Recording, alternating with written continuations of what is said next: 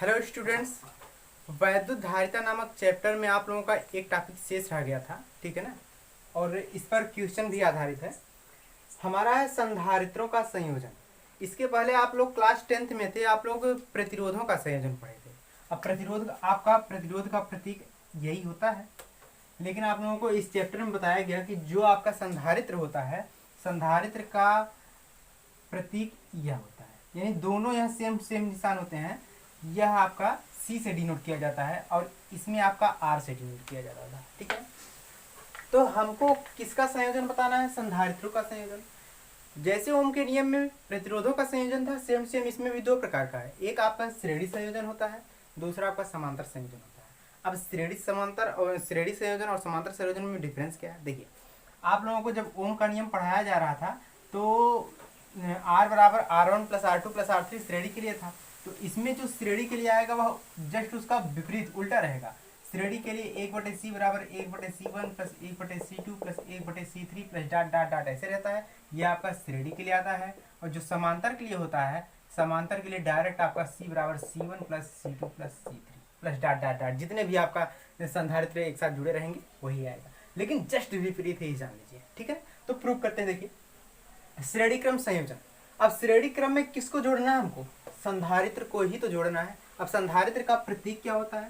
संधारित्र का प्रतीक यही होता है, आपका बताया गया, ठीक है। अब आपको ये देखिए, श्रेणी का मतलब होता है एक ही लाइन में होना चाहिए। तो एक ही लाइन में दो ले लीजिए, तीन संधारित्र ले लीजिए, तो हम तीन ही ले रहे हैं प्रूव करने के लिए, आपके ऊपर है।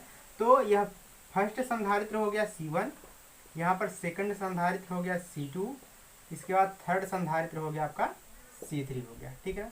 तीन संधारित्र ले लिया गया है। अब तीनों संधारित्रों में विभव भी होगा और आवेश भी होगा। तो मान लीजिए पहले का विभव आपका है V1, V2 और यहाँ पर आ जाएगा आपका V3, ठीक है। अब आपको एक चीज याद रखना है, फार्मूला आप लोगों को बताया गया है धारिता के लिए। Q बराबर क्या होता है? CV होता है, यह आपको याद होगा। तो अगर हमको V की वैल्यू चाहिए तो V बराबर क्या आएगा? Q/C आएगा। V की वैल्यू चाहिए तो C गुणा में कहाँ चला आएगा? Q के बटे में। तो V बराबर Q/C आएगा ना। इतना नोट करना है, श्रेणी के लिए यही प्रूव करना है। चलिए देखिए, हमको लिखना है हिंदी में, आप लोग लिखेंगे। हम क्या कर रहे हैं कि माना तीन संधारित्र C1, C2, C3 एक श्रेणी क्रम में जुड़े हुए हैं, जिनके सिरों के विभवांतर क्रमशः V1, V2 व V3 है, ठीक है। जिन पर एक समान आवेश क्या है? Q, यानी सबका आवेश समान है। जो भी श्रेणी क्रम में जुड़े होते हैं उनका आवेश क्या होता है? समान होता है। तो हिंदी में आप लोग लिख ही लेंगे, ठीक है ना। चलिए, अब प्रथम संधारित्र के लिए ले लेते हैं। लिखेंगे प्रथम संधारित्र पर उत्पन्न विभव। अब विभव को किससे डिनोट करते हैं? V से। V बराबर क्या फार्मूला दिया गया है? Q/C, ठीक है। लेकिन देखिए, प्रथम संधारित्र के लिए विभव V नहीं है, क्या है? V1 है।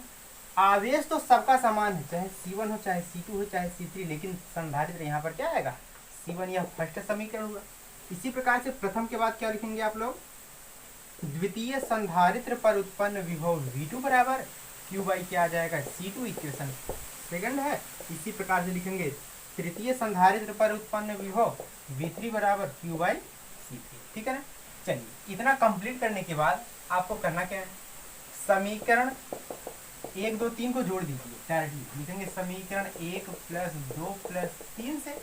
तो बाएं पक्ष से जुड़ेगा, तो बाएं पक्ष में है V1 + V2 + V3 बराबर। दाहिने पक्ष वाला एक साथ जुड़ेगा, तो दाहिने पक्ष में है आपका Q/C1 + Q/C2 + Q/C3। यहाँ तक तो कंप्लीट हुआ आपका। अब ध्यान से देखिए एक चीज, श्रेणी क्रम के लिए विभवांतर का जो बीजगणितीय योग होता है वह हमेशा बाह्य वोल्ट V के बराबर होता है।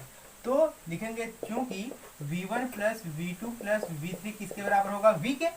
इसलिए इन सब के जगह डायरेक्टली हम लिख देंगे V बराबर। सब में देखिए कुछ कॉमन है। सब में क्या कॉमन है? हमारा Q कॉमन है। जब Q कॉमन हो जाएगा तो ऊपर कुछ नहीं बचेगा, तो 1 नीचे C1 + 1 बटे इसमें C2 + 1 बटे C3, ठीक है।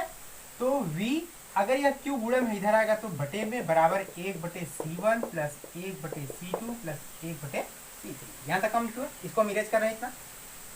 चलिए देखिए इसके बाद अब V बाई क्यू है ना, V बाई क्यू देखिए Q बराबर क्या होता है, CV होता है।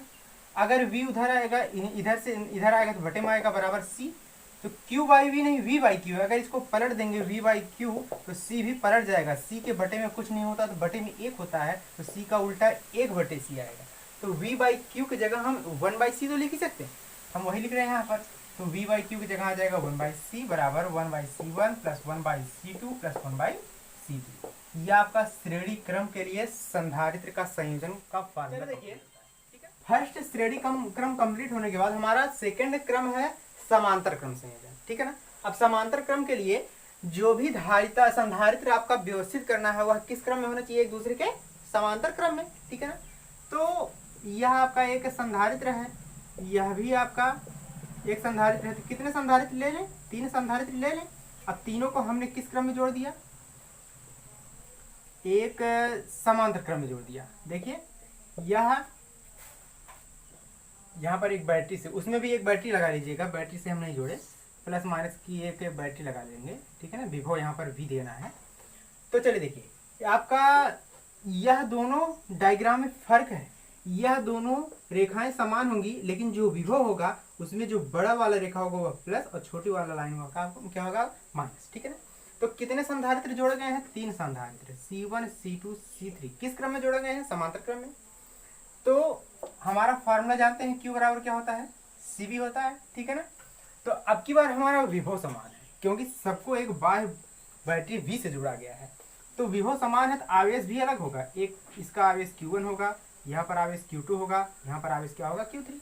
तो हिंदी में लिखेंगे कैसे आप लोग कि माना 3 संधारित्र क्रमशः C1, C2 व C3 एक दूसरे के समांतर क्रम में जोड़े गए हैं, जिनके सिरों के आवेश क्रमशः Q1, Q2 व Q3 तथा एक समान बाह्य बैटरी V से जुड़ा गया है, ठीक है ना। तो चलिए इन सबको कंप्लीट करने के बाद हिंदी में आप लोग लिख लेंगे।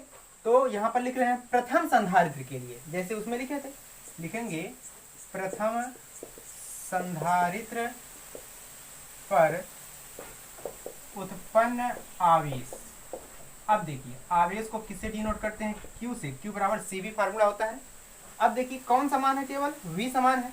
जो V समान है तो C1 होगा, यह क्या होगा Q1, क्योंकि C1 के लिए आवेश Q1 है। इसी प्रकार से हम यह इक्वेशन फर्स्ट, प्रथम के बाद हम क्या लिखेंगे, द्वितीय संधारित्र पर उत्पन्न आवेश क्या आएगा, Q2 बराबर C2V, इक्वेशन फर्स्ट। इसी प्रकार से लिखेंगे आप लोग तृतीय संधारित्र पर उत्पन्न आवेश Q3 बराबर C3V, इक्वेशन हो गया आपका थर्ड, ठीक है ना। अब 3 समीकरण प्राप्त होते हैं तो तीनों समीकरण को जोड़ दीजिए, समीकरण 1 प्लस 2 प्लस 3 से। तो बाएं जुड़ेगा बाएं से, तो Q1 plus Q2 plus Q3 जुड़ेगा किससे, C1V plus C2V plus C3V से। अब ध्यान से देखिए सबका आवेश जो है समांतर क्रम में समान होता है, श्रेणी क्रम के लिए विभव और इस क्रम समांतर क्रम के लिए सबका आवेश समान है, यानी Q1 plus Q2 plus Q3 लिखेंगे, क्योंकि Q1 plus Q2 plus Q3 किसके बराबर होगा, Q के। इसलिए यहाँ पर सबकी जगह आ जाएगा Q बराबर, सब में कुछ कॉमन है तो V कॉमन है, जब V निकल जाएगा तो C1 plus C2 plus C3 बचेगा। अब Q V गुणा में तो बटे में बराबर C1 plus C2 plus C3। अब Q अपान V किसके बराबर होता है, C के, तो C बराबर C1 plus C2 plus C3। तो यह समांतर क्रम के लिए फॉर्मूला कंप्लीट होता है और श्रेणी क्रम के लिए आप लोग तो पहले ही देख चुके हैं। यह दोनों फार्मूले आपके आंकिक प्रश्न में काम आएंगे, तो यह कंप्लीट कर लेंगे। और संधारित्र का मात्रक क्या होता है, फैराड। तो ये लेसन कंप्लीट होता है, इसको आप लोग सब्जेक्ट में लिख लीजिएगा और नेक्स्ट डे से जो भी लेसन चलेगा आप लोगों को सूचना दिया जाएगा।